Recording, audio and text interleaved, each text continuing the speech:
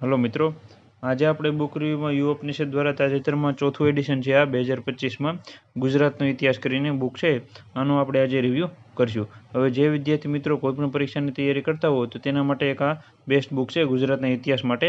આગળ હું તમને ઇન્ડેક્સ બતાવું, આ બુકની પ્રાઇસ પણ બતાવીશ અને અમુક ચેપ્ટરો પણ બતાવીશ, જેથી કરીને તમને ખ્યાલ આવે કે આ બુક કેવી છે. અને તમારી પાસે કોઈપણ બુક હોય કોઈપણ પ્રકાશનની ગુજરાતના ઇતિહાસની, તો તેની સાથે તમે સરખાવી લઈ જાઓ અને સાથે સાથે તમને એવું લાગે કે આ બુક લેવા જેવી છે તો તમે લઈ શકો છો.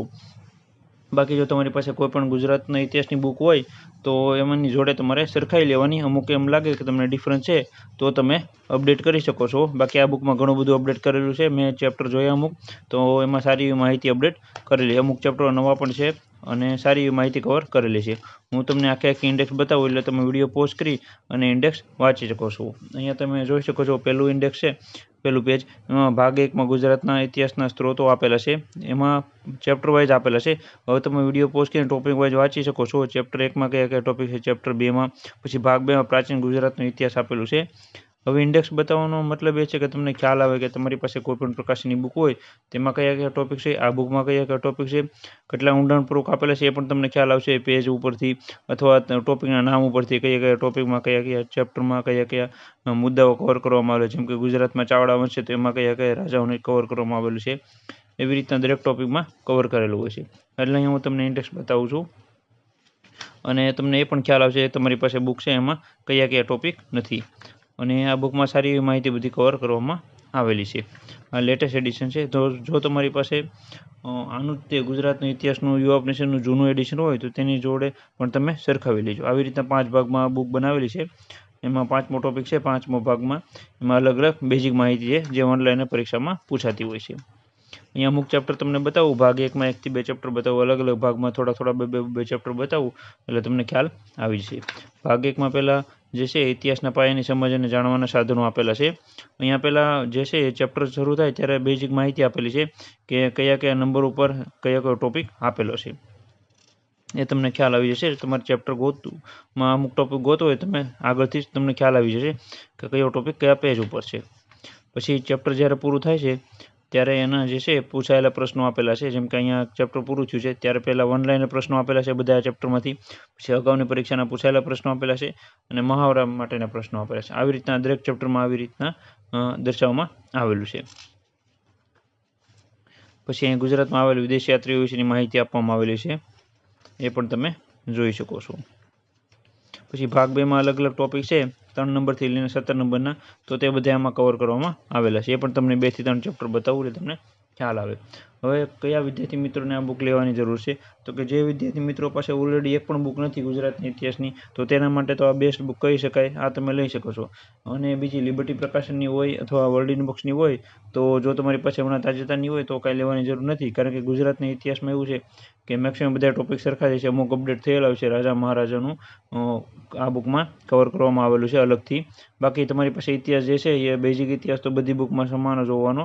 એટલે તમને એમ થાય કે લેવા જઈએ છે તો જ લેવાની, એવું જરૂરી નથી કે નવી બુક માર્કેટમાં આવે તો લેવી જ તે. અને આપણી ચેનલમાં બુક રિવ્યૂ એ માટે જ આવે છે જેથી કરીને વિદ્યાર્થી મિત્રોને ખ્યાલ આવે કે નવી બુક આવી છે તો એ તમારી પાસે બુક છે એના જેવી છે કે અલગ છે, શું છે.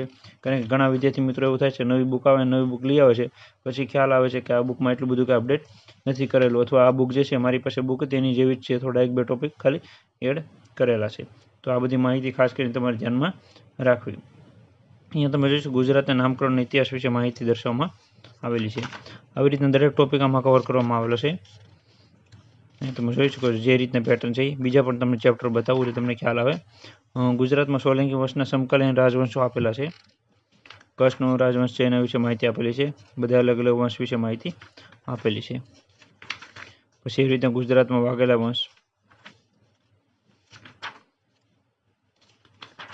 પછી ભાગ 3માં મધ્યકાલીન ગુજરાતનો ઇતિહાસ આપેલો છે, એ પણ તમને બતાવું. ગુજરાતમાં દિલ્હી સલ્તનત વિશે,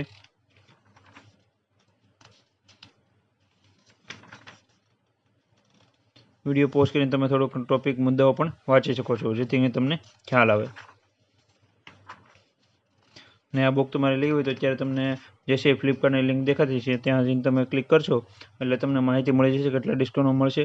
અને જો એમાં ભાવ વધારે હોય તો તમે નીચે કોન્ટેક્ટ નંબર આપેલો હોય ત્યાં તમે ફોન કરશો, ત્યાં પણ તમને સારું ડિસ્કાઉન્ટમાં ઘરે બેઠા ફ્રી કુરિયરમાં મળી જશે. ગુજરાતની સ્વતંત્ર સલ્તનત વિશે માહિતી આપેલી છે. આમાંથી પણ પરીક્ષામાં પૂછાય છે. આવી રીતના એક આ તાજેતરમાં બુક બનાવવામાં આવેલી છે અને બ્લેક એન્ડ વ્હાઇટ બુક છે એટલે આની પ્રાઇસ પણ બહુ નથી, કારણ કે ઘણી યુઓપની સીધી બુક કલરવાળી હોય છે તેની પ્રાઇસ વધારે હોય છે. આની પ્રાઇસ તમને ડિસ્કાઉન્ટ સાથે સારા એવા પ્રાઇસમાં મળી જશે. આવી રીતના ગુજરાતમાં અહીંયા મુગલ કાળ વિશે માહિતી આપેલી છે, તમે જોઈ શકો છો. અને આખા ચેપ્ટર બતાવવાનો મતલબ એ છે કે તમને ખ્યાલ આવે કે ચેપ્ટરમાં ટોટલ માહિતી કેટલી દર્શાવવામાં આવેલી છે. બીજા પણ તમને અલગ ચેપ્ટર બતાવું. ગુજરાતમાં સ્વદેશી ચળવળ વિશે માહિતી આપેલી છે, તમે જોઈ શકો છો. પછી ક્રાંતિકારી પ્રવૃત્તિઓ અને ગુજરાત વિશે માહિતી આપેલી છે. ગુજરાતમાં જે ક્રાંતિકારીઓ જે થયેલા તેના વિશે માહિતી દર્શાવવામાં આવેલી છે. આમાં એક સારું છે, બધા પૂછાયેલા પ્રશ્નો તમારા કવર થઈ જશે, એટલે તમારે કોઈ પણ બુક લેવાની જરૂર નથી.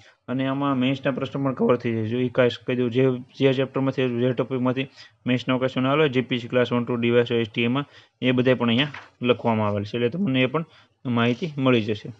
હોમ રૂલ આંદોલન વિશે માહિતી આપવામાં આવેલી છે.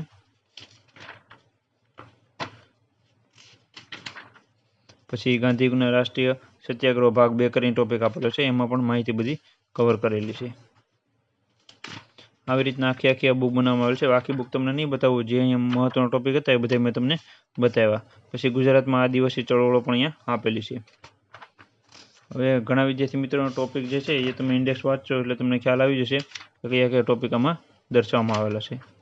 તમે જોઈ શકો છો આખે કોઈ ચેપ્ટર સારો એવામાં ડીપમાં માહિતી દર્શાવવામાં આવેલી છે. પછી છેલ્લો વિભાગ છે એમાં બધી વનલાઇનર છે, જેમ કે અહીંયા તમને બતાવેલું તમને ખ્યાલ આવી જશે. જેમ કે અહીંયા અમુક પ્રશ્નો જે છે, જેમ કે ભાગ 6, તો એમાં અલગ અલગ સંસ્થાઓ અને એના વિશે ઘટનાક્રમ વિશે માહિતી આપેલી છે, તો એ પણ તમને બતાવી દઉં એટલે ખ્યાલ આવી જાય તમને. એ તમે જોઈ શકો છો આખી ઘટનાક્રમ ગુજરાતમાં જે થયેલી એ બધી આવી રીતના વનલાઇનર આપેલી છે.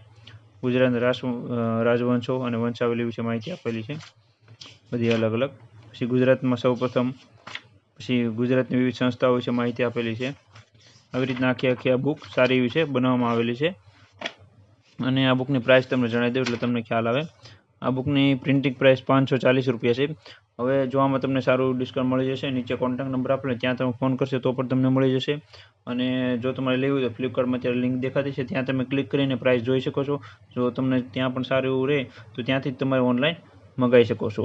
અને આવી રીતના એક લેટેસ્ટ એડિશન છે, ખાસ કરીને ધ્યાનમાં રાખો યુવા ઉપનિષદનું 4થું એડિશન છે 2025નું.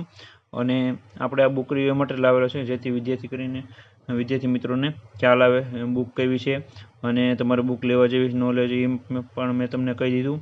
કારણ કે એમાં એવું છે, ઘણા વિદ્યાર્થી મિત્રોની કોમેન્ટ આવે છે કે આ બુક લેવી કે આ બુક લેવી. તો ગુજરાતના ઇતિહાસ માટે અત્યારે તો આ નવી લેટેસ્ટ એડિશન આવ્યું છે અને આમાં સારું એવું અપડેટ કરેલું છે, એટલે આ બુક તમે લઈ શકો છો. બાકી જો તમારી પાસે બીજા કોઈ પ્રકારની બુક હોય અથવા બીજી કોઈ અપડેટ બુક આવી ગુજરાતના ઇતિહાસની, એ તમને ખ્યાલ હોય તો નીચે કોમેન્ટમાં જણાવજો.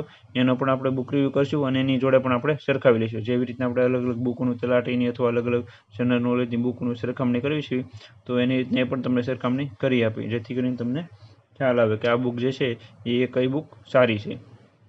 આવી રીતના કાંઈ રિવ્યૂ હતો. વિડીયો ગમે તો લાઇક કરી આપજો, તમારા મિત્રોને પણ શેર કરજો, ચેનલમાં ન હોય તો સબસ્ક્રાઈબ કરી આપજો. અને બીજી કાંઈ પણ માહિતી જોતી હોય તો નીચે કોમેન્ટમાં જણાવવા વિનંતી. Thank you.